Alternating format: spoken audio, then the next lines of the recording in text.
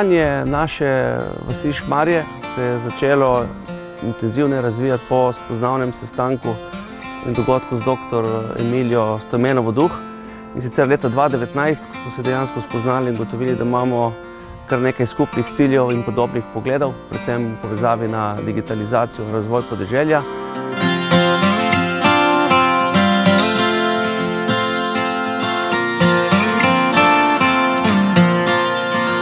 Uvajanje digitalnih postopkov in same digitalizacije na podeželju je velik izziv ne samo pri nas, tudi v Sloveniji.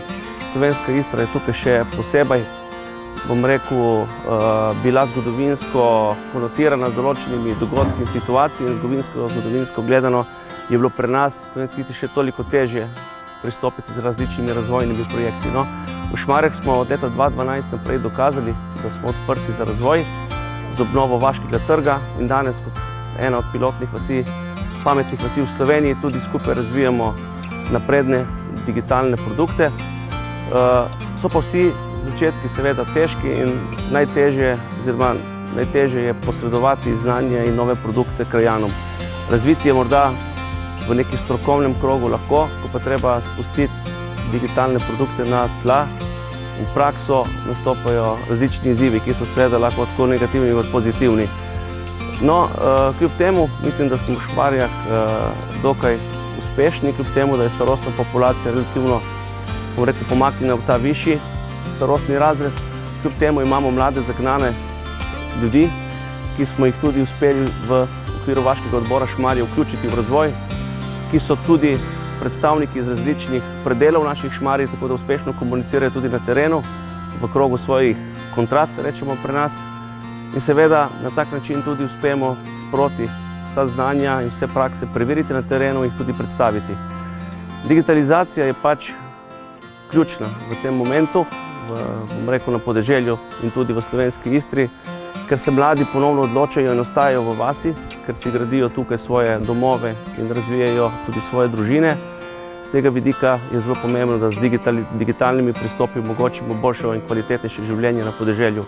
V Šmarjah imamo to srečo, da je infrastruktura dobra, kljub temu pa je potrebno razviti še vsebine in storitve, da bomo jutri lahko uspešnejše delali doma, od doma, v našem lokalnem okolju, s tem zagotovili tudi prihodnji trajnostni razvoj v smislu sociale, okolja in seveda tudi ekonomije.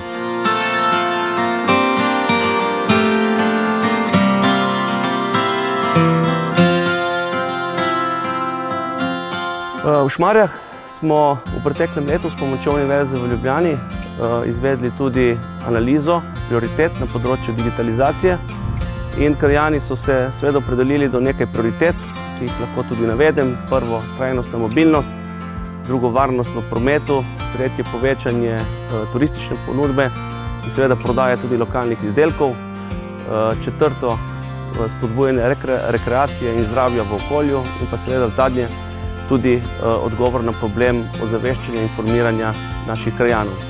Vse te prioritete smo resno zagrabili, tudi pričeli razvijati produkte v okviru platforme BlazeX, ki je dostopna v Šmarjah. Imamo pa seveda tudi sprotne izzive, s katerimi se soočamo. Eden od ključnih je sedaj uvajanje pametnega parkiranja v centru vasi, ker je pomanjkanje parkirišč.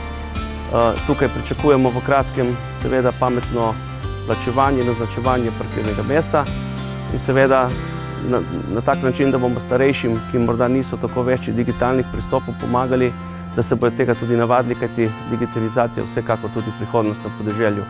V Šmarjah izdajamo tudi krajevno glasilo Murva, ki smo se zaradi tega, ker je večinoma prebirajo starejši krajani, smo jo ohranili v nedigitalni obliki. Tako da kljub temu, da smo priča tej digitalizaciji, poskušamo vseeno prilagoditi naše storitve tudi potrebam in željam krajanov.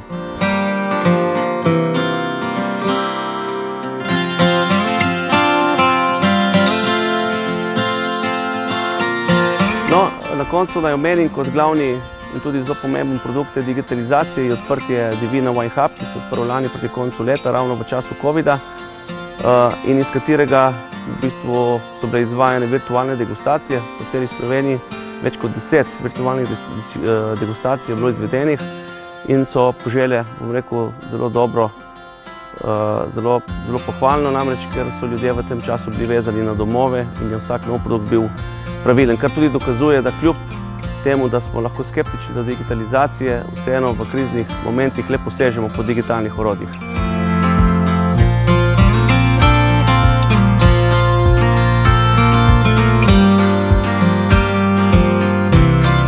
Stanje COVID pri nas v Slovenski Istri v Šmarjah ni bistveno prizadelo naših prizadevanj in intenzitete razvoja produktov in storitev v okviru projekta Smart Village, pametne vasi. Morda ravno zaradi tega, ker smo sicer bili fizično prikrajšani do stikov, smo pa ravno v tem času izkoristili ta miren čas in čas, ko smo mogli biti bolj po domovih in seveda še toliko bolj se naučili in uporabljali digitalna orodja pri komunikaciji. Tako da virtualne degustacije, ki smo jih razvili v okviru Divina Wine Hub, ekipa, ki tukaj vodi Divina Wine Hub, je pokazala, da je ta čas bil zelo izziven, da je bil priložnost, da ni bil toliko negativen, kolikor smo sicer doživljali ta čas, ampak da je bilo tudi hkrati priložnost, da razvijemo nove inovativne produkte, ki jih lahko lansiramo preko interneta širom po Sloveniji. Konec koncev zagotovimo tudi ekonomske in druge učinke sodelujočim vinarjem, ki so vključeni tudi v ta projekt.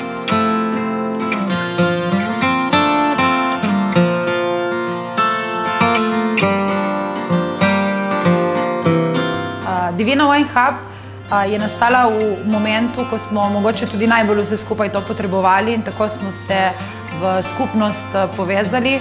12 mladih vinarjev Slovenske Istre smo jih združili v eno pisarno, trgovinco, v tak prostor, kjer se lahko srečujemo in ustvarjamo nove zgodbe ob vinu.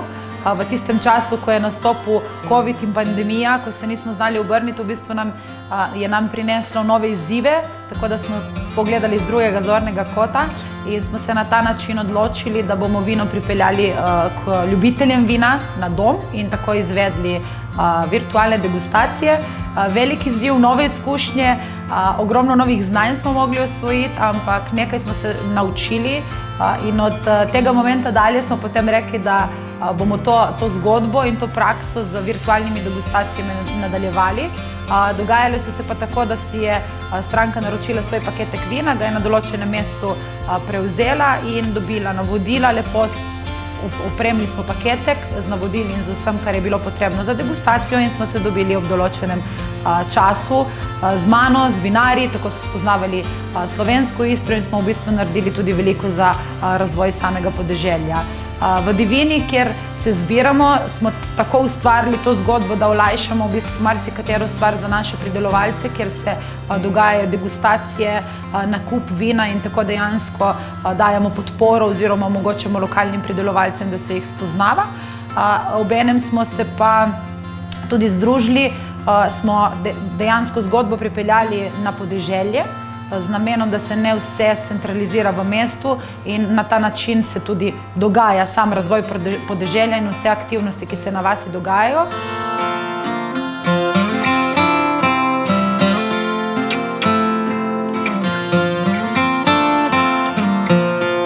Veliko nam je pomenilo tudi to, da nas je podprla lokalna skupnost v sodelovanju z predsednikom krajevne skupnosti, gospodom Andrejem Medvedom, in na ta način smo se znova povezali pridelovalci in podeželje, od koder smo v bistvu začeli z raznoraznimi aktivnosti.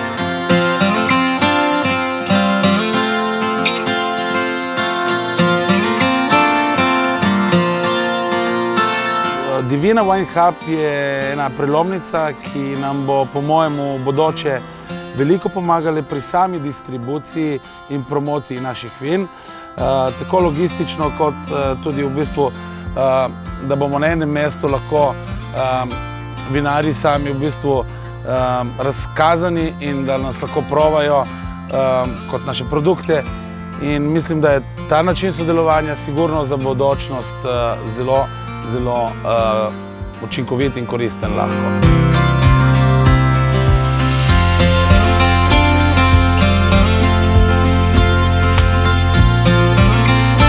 V zadnjem času se tudi pojavljajo nove ideje o tehnoloških napredkih v vinogradih, v katerih tudi sodelujemo v pilotnem projektu, torej pametnih vinogradov, in tam tudi v bistvu uvajamo nove tehnologije, in nove načine kontrolinga in pridelave.